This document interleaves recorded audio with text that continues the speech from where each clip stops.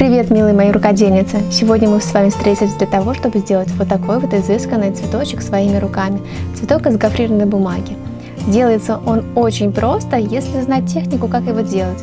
Он у нас получится вот такой воздушный, необычный.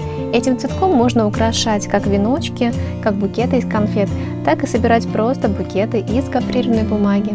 Я беру гофрированную бумагу, вот такой кусочек 5 сантиметров на 3 сантиметра.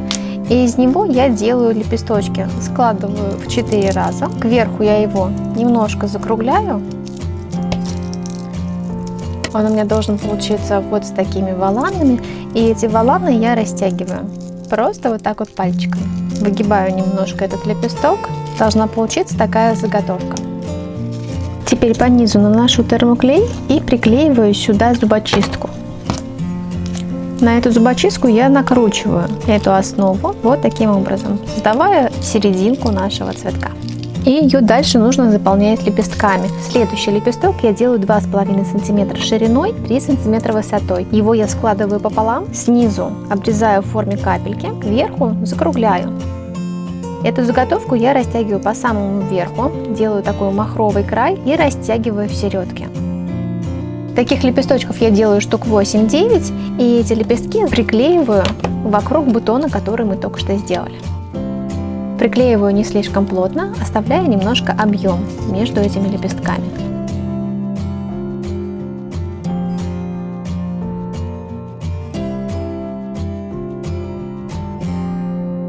И сейчас получается вот такая серединка. Я хочу сделать этот цветочек еще более объемным. И следующий лепесток я беру размером на пол сантиметра больше. Он у меня 3 сантиметра шириной и также 3 сантиметра высотой. Из него делаю точно такие же лепестки, как в прошлый раз, только в этот раз он у меня немножко пошире.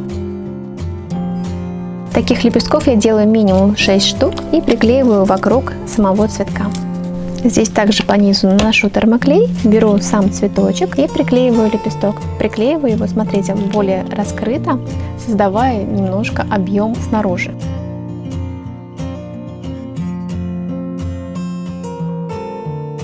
И все, мой цветочек готов. Вот такой пышный, объемный он у меня получается.